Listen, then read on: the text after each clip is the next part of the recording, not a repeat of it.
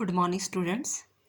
अपना next topic है आधुनिक दृष्टिकोण अनुसार रानी शास्त्र का स्वरूप ਜਾਂ नेचर कह लो नेचर ऑफ द मॉडर्न व्यू। फस्ट ऑफ ऑल ਤੁਸੀਂ ਇਸ ਦੇ ਨੋਟਸ ਵੇਖ ਲਓ, ਦੈਨ ਆਫਟਰ ਮੈਂ ਇਸ ਚੀਜ਼ ਨੂੰ ਡਿਸਕਸ ਕਰਕੇ ਸਮਝਾਉਂਦੀ ਹਾਂ।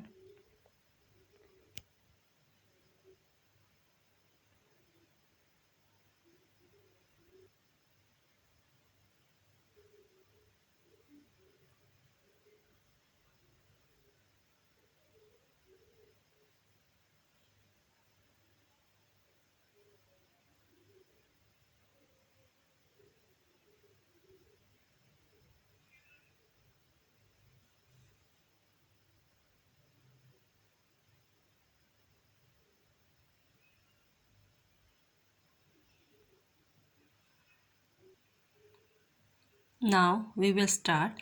ਫਸਟ ਆਫ ਆਲ ਇਸ ਦਾ ਫਸਟ ਪੁਆਇੰਟ ਕੀ ਆ? ਵਿਵਹਾਰਵਾਦੀ ਅਧਿਐਨ।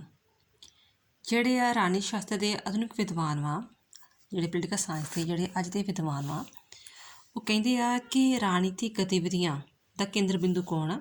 ਵਿਅਕਤੀ।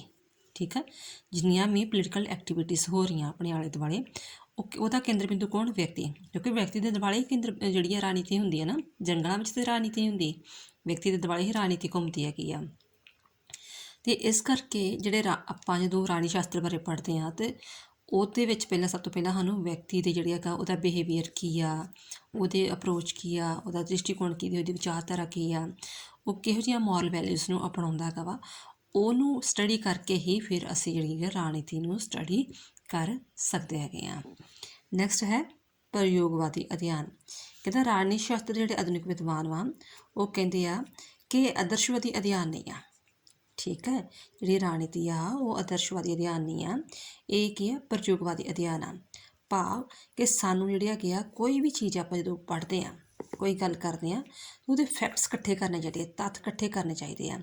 ਤੱਥ ਇਕੱਠੇ ਕਰਕੇ ਫਿਰ ਇੱਕ ਪ੍ਰਸ਼ਨ ਬਣਾਉਣੀ ਚਾਹੀਦੀ, ਲਿਸਟ ਬਣਾਉਣੀ ਚਾਹੀਦੀ ਹੈ। ਪ੍ਰਸ਼ਨ ਦੀ ਲਿਸਟ ਬਣਾ ਕੇ ਦੈਨ ਆਫਟਰ ਉਹ ਨਤੀਜੇ ਦੇ ਕੱਢਣੇ ਚਾਹੀਦੇ ਹੈਗੇ ਆ।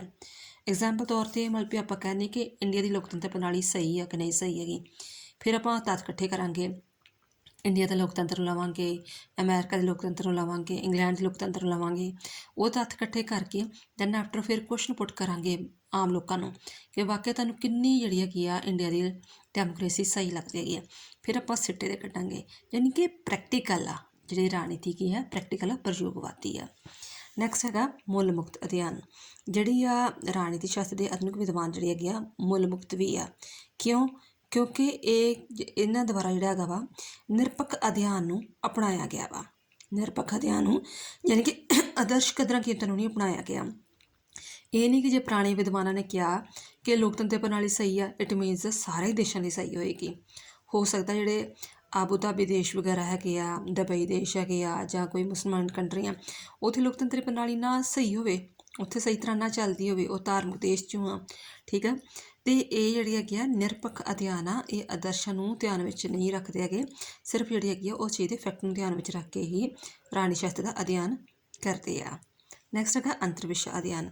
ਜਿਹੜੇ ਰਾਜਨੀਤੀ ਸ਼ਾਸਤਰ ਦੇ ਆਧੁਨਿਕ ਵਿਦਵਾਨ ਵਾ ਉਹ ਇਹ ਮੰਨਦੇ ਆ ਕਿ ਇਹ ਅੰਤਰਵਿਸ਼ਾ ਅਧਿਐਨ ਆ। ਭਾਵ ਅਸੀਂ ਪੋਲੀਟੀਕਲ ਸਾਇੰਸ ਨੂੰ ਇਕੱਲੇ ਨੂੰ ਨਹੀਂ ਸਮਝਦੇ। ਜਿਹਨਾਂ ਪੋਲੀਟੀਕਲ ਸਾਇੰਸ ਸਮਝਣ ਲਈ ਅਸੀਂ ਉਹ ਅਰਥ ਇਕਨੋਮਿਕਸ ਨੂੰ ਪੜ੍ਹਾਂਗੇ, ਹਿਸਟਰੀ ਨੂੰ ਪੜ੍ਹਾਂਗੇ, ਬਾਇਓਲੋਜੀ ਨੂੰ ਵੀ ਪੜ੍ਹਾਂਗੇ। ਠੀਕ ਆ, ਫਿਰ ਸਮਝਾਂਗੇ ਕਿ ਵਾਕਿਆ ਜਿਹੜੀ ਹੈਗੀ ਆ ਰਾਜਨੀਤੀ ਕਿਵੇਂ ਕੰਮ ਕਰਦੀ ਆ। ਮੰਨ ਲਓ ਕਿ ਜੇ ਇੱਕ ਵਿਅਕਤੀ ਆ, ਉਹ ਵੋਟ ਕਿਉਂ ਪਾਉਂਦਾ ਹੈ? ਠੀਕ ਆ, ਇੱਕੋ ਪਾਰਟੀ ਨਾਲ ਕਿਉਂ ਬੱਚਾ ਹੈ? ਉਹਦਾ ਅਸੀਂ ਆਰਥਿਕ ਬੈਕਗਰਾਊਂਡ ਵੇਖਾਂਗੇ, ਠੀਕ ਆ, ਸਮਾਜਿਕ ਬੈਕਗਰਾਊਂਡ ਵੇਖਾਂਗੇ, ਉਹਦਾ ਧਾਰਮਿਕ ਵਿਸ਼ਵਾਸ ਵੇਖਾਂਗੇ। ਸਾਰੀਆਂ ਚੀਜ਼ਾਂ ਨੂੰ ਵੇਖ ਕੇ ਫਿਰ ਹੀ ਅਸੀਂ ਉਸਦਾ ਨਤੀਜਾ ਕੱਢ ਪਾਵਾਂਗੇ। ਯਾਨੀ ਕਿ ਜਿਹੜੀ ਪੋਲੀਟੀਕਲ ਸਾਇੰਸ ਆ ਉਹ ਅੰਤਰਵਿਸ਼ਾ ਅਧਿਐਨ ਆ, ਦੂਜੀਆਂ ਸ਼ਾਸਤਰਾਂ ਨੂੰ ਵੀ ਸਾਨੂੰ ਪੜ੍ਹਨਾ ਪੈਂਦਾ ਹੈ। ਨੈਕਸਟ ਹੈ ਵਿਗਿਆਨਿਕ ਅਧਿਐਨ। ਜਿਹੜਾ ਰਾਜਨੀਤੀ ਸ਼ਾਸਤਰ ਦੇ ਸੰਬੰਧੀ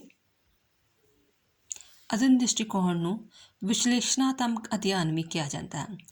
ਇਸ ਵਿੱਚ ਜਿਹੜੀ ਰਾਜਨੀਤਿਕ ਪ੍ਰਣਾਲੀ ਨੂੰ ਪ੍ਰਭਾਵਿਤ ਕਰਨ ਵਾਲੇ ਸਾਰੇ ਰਸਮੀ ਅਤੇ ਗੈਰ ਰਸਮੀ ਤੱਥਾਂ ਨੂੰ ਸਿਰਫ ਉਹਦੀ ਵਿਆਖਿਆ ਨਹੀਂ ਕੀਤੀ ਜਾਂਦੀ, ਉਹਦਾ ਵਿਸ਼ਲੇਸ਼ਣ ਵੀ ਕੀਤਾ ਜਾਂਦਾ ਕਿ ਕਿਸ ਤਰ੍ਹਾਂ ਪ੍ਰਭਾਵਿਤ ਕਰਦੇ ਨੇ। ਠੀਕ ਹੈ, ਕਿ ਜਿਹੜੀਆਂ ਵੀ ਰਸਮੀ ਸੰਸਥਾਵਾਂ ਵਾ, ਜਿਵੇਂ ਕਾਰਜਪਾਲਿਕਾ, ਵਿਧਾਨਪਾਲਿਕਾ, ਜਾਂ ਗੈਰ ਰਸਮੀ ਸੰਸਥਾਵਾਂ, ਦਬਾਅ ਸਮੂਹਾਂ, ਜਾਂ ਹਿੱਤ ਸਮੂਹਾਂ ਜਾਂ ਕੁਛ ਵੀ ਹੈ, ਠੀਕ ਹੈ। ਉਹਦਾ ਇਹ ਨਹੀਂ ਕਿ ਉਹ ਵਿਆਖਿਆ ਕਰਨਗੇ ਕਿ ਉਹ ਕਿੱਦਾਂ ਦੀ ਸੰਸਥਾਵਾਂ ਕਿਵੇਂ ਕਰ ਰਹੀਆਂ, ਉਹ ਪ੍ਰਭਾਵਿਤ ਵੀ ਕਿਵੇਂ ਕਰ ਰਹੀਆਂ, ਉਹਦਾ ਐਨਾਲਾਈਸਿਸ ਵਿਸ਼ਲੇਸ਼ਣ ਕੀਤਾ ਜਾਏਗਾ। ਪ੍ਰਣਾਲੀ ਮੁਖੀ ਅਧਿਐਨ, ਰਾਣੀ ਸ਼ਾਸਤਰ ਜਿਹੜੇ ਆਧੁਨਿਕ ਵਿਦਵਾਨ ਵਾ ਉਹ ਮੰਨਦੇ ਆ ਕਿ ਉਹਨਾਂ ਨੇ ਰਾਜ ਸ਼ਬਦ ਦੀ ਥਾਂ 'ਤੇ ਪੋਲੀਟੀਕਲ ਸਿਸਟਮ ਦੀ ਵਰਤੋਂ ਕੀਤੀ ਆ। ਰਾਜ ਸ਼ਬਦ ਦੀ ਥਾਂ 'ਤੇ ਉਹਨਾਂ ਨੇ ਪੋਲੀਟੀਕਲ ਸਿਸਟਮ ਦੀ ਵਰਤੋਂ ਕੀਤੀ ਆ। ਸੰਖੇਪ 'ਚ ਆਪਾਂ ਦੱਸਦੇ ਹਾਂ ਕਿ ਰਾਣੀ ਪ੍ਰਣਾਲੀ ਅੰਤਕ੍ਰਿਆਵਾਂ ਅਤੇ ਸੰਰਚਨਾਵਾਂ ਦਾ ਅਧਿਐਨ ਆ, ਕਿ ਕੋਈ ਜਿਹੜੀ ਰਾਣੀ ਦੀ ਪ੍ਰਣਾਲੀ ਆ ਉਹ ਇਕੱਲਾ ਇਹ ਤਾਂ ਨਹੀਂ ਵੀ ਸਰਕਾਰ ਹੀ ਸਾਰੇ ਸਿਸਟਮ ਚਲਾ ਸਕਦੀ ਹੈਗੀ ਆ, ਉਹਨੂੰ ਸਮਾਜ, ਧਰਮ, ਜਿਹੜੇ ਸਮੂਹ ਆ, ਦਲ ਸਮੂਹ ਆ, ਦਬਾਅ ਸਮੂਹ ਆ, ਇਹਨਾਂ ਸਾਰਿਆਂ ਦਾ ਧਿਆਨ ਜਿਹੜਾ ਹੈਗਾ ਰੱਖਣਾ ਪੈਂਦਾ ਹੈ। ਯਾਨੀ ਕਿ ਕਿਰਿਆਵਾਂ ਅਤੇ ਸੰਰਚਨਾਵਾਂ ਦਾ ਇੱਕ ਸੰਗਠਨ ਆ ਜਿਸ ਕੋਲ ਅੰਤਮ ਸ਼ਕਤੀ, ਕਾਨੂੰਨੀ ਸ਼ਕਤੀ ਹੁੰਦੀ ਹੈ। ਨੈਕਸਟ ਹੈਗਾ ਨਵੀਆਂ ਸ਼ਬਦਾਵਲੀਆਂ ਅਤੇ ਧਾਰਨਾਵਾਂ। ਜਿਹੜੀ ਪੋਲੀਟੀਕਲ ਸਾਇੰਸ ਆ ਉਹਨਾਂ ਦਾ ਵਿਸ਼ਵਾਸ ਆ, ਉਹਨਾਂ ਨੇ ਜਦੋਂ ਰਾਜਨੀਤੀ ਸ਼ਾਸਤਰ ਬਾਰੇ ਲਿਖਿਆ ਅਤੇ ਕਈ ਆਪਣੀ ਉਹਨਾਂ ਦੇ ਸਾਹਿਤ ਵਿੱਚ ਰਾਣੀ ਸ਼ਾਸਤਰ ਦੇ ਆਧੁਨਿਕ ਦ੍ਰਿਸ਼ਟੀਕੋਣ ਦੇ ਸਮਰਥਕਾਂ ਦੁਆਰਾ ਜਦੋਂ ਪੋਲੀਟੀਕਲ ਸਾਇੰਸ ਦਾ ਲਿਟਰੇਚਰ ਲਿਖਿਆ, ਉਹਨਾਂ ਦੀ ਕਿਤਾਬਾਂ ਲਿਖੀਆਂ, ਰਾਜਨੀਤੀ ਨਾਲ ਰਿਲੇਟਡ ਕਿਤਾਬਾਂ ਲਿਖੀਆਂ, ਤਾਂ ਉਹਨਾਂ ਨੇ ਕਈ ਨਵੇਂ ਸ਼ਬਦ ਐਡ ਕੀਤੇ, ਜਿਵੇਂ ਸਮਾਜੀਕਰਨ, ਰਾਣੀ ਸਮਾਜੀਕਰਨ, ਰਾਣੀ ਸੱਭਿਆਚਾਰ, ਰਾਣੀ ਸ਼ਕਤੀ, ਰਾਣੀ ਸੱਤਾ, ਨਿਵੇਸ਼ ਨਿਕਾਸ ਪ੍ਰਕਿਰਿਆ, ਠੀਕ ਆ, ਵਿਸ਼ਿਸ਼ਟ ਵਰਗ ਆਦਿ। ਇਹ ਸਾਰੇ ਦੇ ਸਾਰੇ ਸ਼ਬਦ ਨਵੇਂ ਨੇ, ਠੀਕ ਹੈ। 19ਵੀਂ 20ਵੀਂ ਸਦੀ ਦੇ ਪਿਛਲੇ ਆਪਾਂ ਪਰੰਪਰਾਵਾਦੀ ਵਿਦਵਾਨਾਂ ਦੁਆਰਾ ਇੱਕ ਅੱਧੇ ਵੀ ਸ਼ਬਦ ਨਹੀਂ ਵਰਤੇ ਗਏ ਸੀ, ਇਹ ਆਧੁਨਿਕ ਵਿਦਵਾਨਾਂ ਦੁਆਰਾ ਸ਼ਬਦ ਦੀ ਵਰਤੋਂ ਹੋਈ ਹੈ। ਨੈਕਸਟ ਹੈ ਸੰਬੰਧ ਅਤੇ ਧਾਰਨਾ, ਯਾਨੀ ਕਿ ਕ੍ਰੈਡੋ ਆਫ ਰੈਲੀਵੈਂਸ। ਕ੍ਰੈਡੋ ਆਫ ਰੈਲੀਵੈਂਸ ਦਾ ਮਤਲਬ ਹੁੰਦਾ ਹੈ ਕਿ ਮਤਲਬ ਸਮੱਸਿਆ ਦੇ ਨਾਲ ਜਿਹੜੀ ਹੈਗੀ ਆ ਕੋਈ ਚੀਜ਼ ਬਣਾਉਣੀ। ਜੇ ਮੰਨ ਲਓ ਕਿ ਮੈਂ ਸੰਪਤੀ ਦਾ ਅਧਿਕਾਰ ਦਿੱਤਾ ਸੀ, ਅਤੇ ਜੇ ਉਹ ਸਮੱਸਿਆ ਬਣ ਰਹੀ ਹੈਗੀ ਆ ਸੰਪਤੀ ਦਾ ਅਧਿਕਾਰ, ਅਤੇ ਮੈਂ ਉਸਨੂੰ ਸੰਪਤੀ ਦੇ ਅਧਿਕਾਰੋਂ ਕੱਢ ਕੇ ਅਤੇ ਕਾਨੂੰਨੀ ਅਧਿਕਾਰ ਬਣਾ ਤਾ। ਯਾਨੀ ਕਿ ਜਿਹੜੀ ਮੈਨੂੰ ਉਹ ਚੀਜ਼ ਦੀ ਸਮੱਸਿਆ ਲੱਗ ਰਹੀ ਹੈਗੀ ਆ, ਜੋ ਚੀਜ਼ ਮੈਨੂੰ ਸਮੱਸਿਆ ਦਾ ਹੱਲ ਨਹੀਂ ਕੱਢ ਰਹੀ, ਉਹ ਚੀਜ਼ ਨੂੰ ਮੈਂ ਖਾਰਜ ਕਰਾਂਗੀ। ਸੰਬੰਧ ਯਾਨੀ ਕਿ ਰਿਲੇਸ਼ਨ, ਉਸ ਚੀਜ਼ ਨਾਲ ਰਿਲੇਟਡ ਕਰਨਾ। ਆਧੁਨਿਕ ਦ੍ਰਿਸ਼ਟੀਕੋਣ ਦੇ ਸਮਰਥਕ ਜਿਹੜੇ ਹੈਗੇ ਆ ਉਹ ਵਰਤਮਾਨ ਸਮੱਸਿਆ ਨੂੰ ਹੱਲ ਕਰਨ ਵਿੱਚ ਇਹ ਚੀਜ਼ ਨੂੰ ਮੰਨਦੇ ਆ ਕਿ ਜਿਹੜੀ ਵੀ ਚੀਜ਼ ਜਿਹੜੀ ਹੈਗੀ ਆ ਰਾਜਨੀਤੀ ਸਮੱਸਿਆਵਾਂ ਨੂੰ ਹੱਲ ਕਰਨ ਵਿੱਚ ਯੋਗਦਾਨ ਨਹੀਂ ਪਾਉਂਦੀ ਹੈਗੀ, ਉਹਨੂੰ ਖਤਮ ਕਰ ਦੇਣਾ ਚਾਹੀਦਾ ਹੈ। ਇਹ ਪੜ੍ਹੋ, ਧਿਆਨ ਨਾਲ ਸੁਣਿਓ ਕਿ ਉਹਨਾਂ ਦਾ ਵਿਚਾਰ ਹੈ ਕਿ ਜਿਹੜੀ ਵੀ ਚੀਜ਼ ਹੈ ਰਾਜਨੀਤੀ ਸਮੱਸਿਆ ਨੂੰ ਹੱਲ ਕਰਨ ਵਿੱਚ ਹੈਲਪ ਨਹੀਂ ਕਰਦੀ ਹੈਗੀ, ਉਹਨੂੰ ਖਤਮ ਕਰ ਦੇਣਾ ਚਾਹੀਦਾ ਹੈਗਾ ਵਾ। ਅਤੇ ਪੋਲੀਟੀਕਲ ਸਾਇੰਸ ਜਿਹੜੀ ਹੈਗੀ ਆ ਵਰਤਮਾਨ ਸਮਾਜਿਕ ਅਤੇ ਰਾਜਨੀਤਿਕ ਸਮੱਸਿਆ ਦੇ ਹੱਲ ਨਾਲ ਹੀ ਸੰਬੰਧਿਤ ਹੋਣੀ ਚਾਹੀਦੀ ਹੈਗੀ ਆ। ਐਵੇਂ ਨਹੀਂ ਵਾਧੂ ਦੀਆਂ ਗੱਲਾਂ ਬਾਤਾਂ ਜਿਹੜੀਆਂ ਹੋਣੀਆਂ ਚਾਹੀਦੀਆਂ, ਸਿਰਫ ਪੋਲੀਟੀਕਲ ਸਾਇੰਸ ਜਿਹੜੀ ਆ ਉਹਨਾਂ ਟੌਪਿਕਾਂ ਨਾਲ ਰਿਲੇਟਡ ਹੋਣੀ ਚਾਹੀਦੀਆਂ ਜਿਹੜੇ ਵਿਅਕਤੀ ਦੀ ਸਮੱਸਿਆ ਦਾ ਹੱਲ ਕੱਢਦੇ ਹੋਣ। ਨੈਕਸਟ ਹੈਗਾ ਸ਼ਕਤੀ ਇਸ ਦਾ ਕੇਂਦਰ ਬਿੰਦੂ ਹੈ। ਆਧੁਨਿਕ ਦ੍ਰਿਸ਼ਟੀਕੋਣ ਦੇ ਵਿਚਾਰ ਅਨੁਸਾਰ ਕਿ ਜਿੰਨੀ ਵੀ ਰਾਜਨੀਤੀ ਉਹ ਸਾਰੀ ਸ਼ਕਤੀ ਦੁਆਲੇ ਘੁੰਮਦੀ ਆ, ਭਾਵੇਂ ਉਹ ਪਰਿਵਾਰ ਦੀ ਗੱਲ ਲੈ ਲਓ ਜਾਂ ਦੇਸ਼ ਦੀ ਰਾਜਨੀਤੀ ਦੀ ਗੱਲ ਲੈ ਲਓ, ਠੀਕ ਆ, ਉਹਦੇ ਵਿੱਚ ਵੀ ਹਮੇਸ਼ਾ ਹੀ ਰਾਜਨੀਤੀ ਲਈ ਯਾਨੀ ਕਿ ਸ਼ਕਤੀ ਲਈ ਸੰਘਰਸ਼ ਹੁੰਦਾ ਹੈ। ਆਦਰਸ਼ਮਈ ਪੱਖ, ਪਹਿਲਾਂ ਤਾਂ ਇਹਨਾਂ ਵਿਦਵਾਨਾਂ ਨੇ ਜਿਹੜੇ ਆਧੁਨਿਕ ਵਿਦਵਾਨ ਸੀ, ਇਹਨਾਂ ਨੇ ਆਦਰਸ਼ਮਈ ਪੱਖ ਨੂੰ ਅਣਗੌਲਿਆ ਸੀ। ਆਪਾਂ ਪਿੱਛੇ ਪੁਆਇੰਟ ਪੜ੍ਹਿਆ ਸੀ ਨਾ ਕਿ ਇਹ ਮੁੱਲ ਮੁਕਤ ਦਾ ਅਧਿਐਨ ਹੈ, ਕੋਈ ਜਿਹੜੀ ਹੈਗੀ ਆਦਰਸ਼ਵਾਦੀਆਂ ਗੱਲਾਂ ਨੂੰ ਨਹੀਂ ਮੰਨਦੇ ਹੈਗੇ, ਠੀਕ ਹੈ। ਬਟ ਬਾਅਦ ਵਿੱਚ ਇਹਨਾਂ ਨੇ ਰਿਅਲਾਈਜ਼ ਕੀਤਾ ਕਿ ਕੁਝ ਨਾ ਕੁਝ ਚੀਜ਼ਾਂ ਜਿਹੜੀਆਂ ਹੈਗੀਆਂ ਆਦਰਸ਼ਮਈ ਜਿਹੜੀਆਂ ਹੈਗੀ ਜ਼ਰੂਰ ਅਪਣਾਉਣੀ ਚਾਹੀਦੀਆਂ, ਜਿਵੇਂ ਕਿ ਕੋਈ ਨੇਤਾ ਬਣਦਾ ਵਾ ਦੇਸ਼ ਦਾ, ਠੀਕ ਹੈ, ਕਿ ਆਪਾਂ ਜਿਹੜੀ ਮੁੱਲ ਮੁਕਤ ਦੀ ਰਾਜਨੀਤੀ ਨਹੀਂ ਅਪਣਾ ਸਕਦੇ, ਉਹਨੂੰ ਕਦਰਾਂ ਕੀਮਤਾਂ ਨੂੰ ਧਿਆਨ ਵਿੱਚ ਰੱਖਣਾ ਪੈਂਦਾ।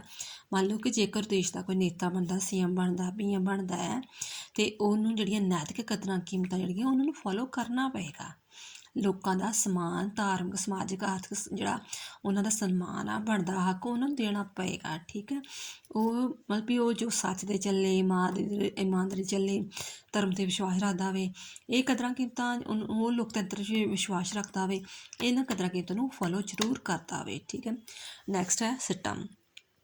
ਉੱਪਰ ਲਿਖੀਆਂ ਰਾਜਨੀਤੀ ਸ਼ਾਸਤਰ ਦੇ ਆਧੁਨਿਕ ਦ੍ਰਿਸ਼ਟੀਕੋਣ ਦੀਆਂ ਵਿਸ਼ੇਸ਼ਤਾਵਾਂ ਪੜ੍ਹਨ ਪਿੱਛੋਂ ਆਪਾਂ ਕਹਿ ਸਕਦੇ ਹਾਂ ਕਿ ਆਧੁਨਿਕ ਵਿਦਵਾਨਾਂ ਦੁਆਰਾ ਇਸ ਅਧਿਐਨ ਨੂੰ ਵਿਵਹਾਰਵਾਦੀ, ਪ੍ਰਯੋਗਵਾਦੀ, ਵਿਗਿਆਨਿਕ ਆਦਿ ਵਿਸ਼ੇ ਵਿੱਚ ਸ਼ਾਮਲ ਕੀਤੇ, ਜਿਸ ਦਾ ਕਾਰਨ ਇਸ ਦਾ ਵਿਸ਼ਾ ਜਿਹੜਾ ਬਹੁਤ ਹੀ ਵਿਸ਼ਾਲ ਹੋ ਚੁੱਕਾ ਹੈ। ਆਈ ਹੋਪ ਜਿਹੜਾ ਟੌਪਿਕ ਤੁਹਾਨੂੰ ਸਮਝ ਆ ਚੁੱਕਿਆ ਹੋਵੇਗਾ।